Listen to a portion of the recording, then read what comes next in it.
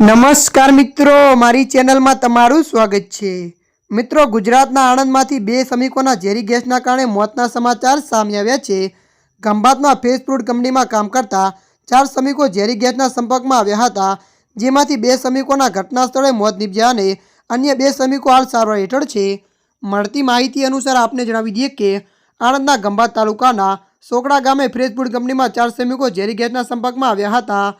ETP company द्वारा श्रमिकों ने कोईपण सुरक्षा साधनों विना टाँकी की सफाई करवा अंदर उतारवामां आव्या हता। जो कि टाँकी में भरेला झेरी गैसना संपर्क में आवता बे लोको तुरंत ज बेभान थई गया अने तेमनुं घटना स्थळे मौत निपज्युं हतुं।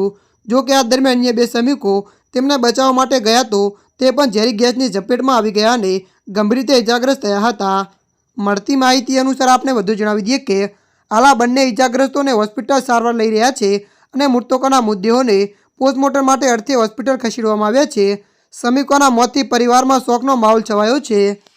ત્યારે મિત્રો, હાલ માટે આટલું। મળીશું નવી અપડેટ સાથે। જો તમને અમારો વિડીયો પસંદ આવે, લાઇક, શેર અને સબસ્ક્રાઇબ કરી નાખજો।